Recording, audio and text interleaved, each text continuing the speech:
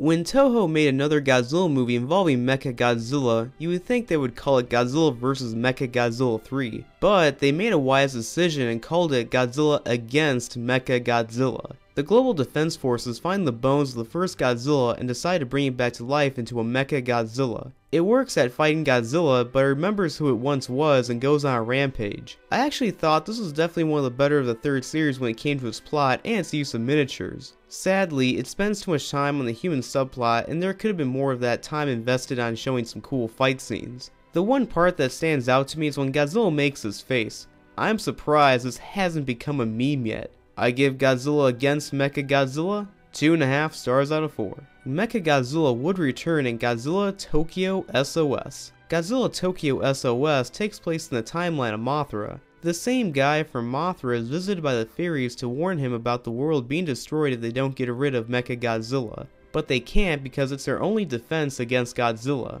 The issue that I have with this one in particular is that it has too much of a political message behind it. The action isn't half bad, and I can say the same for the human subplot, but the political message I was trying to give definitely lowered its rating for me. I give Godzilla Tokyo SOS 2 stars out of 4.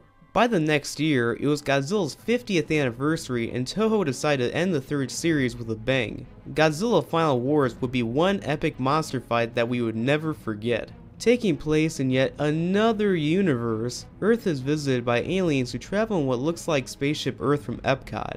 The aliens do seem heroic at first by taking down all the monsters around the world, but they are only wolves in sheep's clothing as they use the monsters now under their control to take over the world. The last of the Earth Defense Forces decide that Godzilla is their only hope of winning and free him from his icy prison. Godzilla Final Wars is a movie where you can tell that Toho really tried hard to make a memorable Godzilla movie, and they succeeded.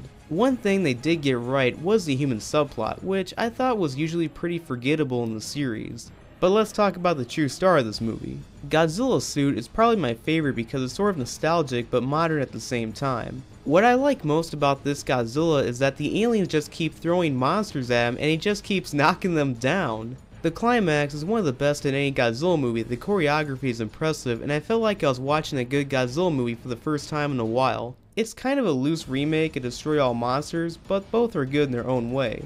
In conclusion, Godzilla Final Wars is a nice finish to the third series. Although the effects aren't the best and the characters can be a little over the top, I do consider this one of the best. I give Godzilla Final Wars 3 stars out of 4.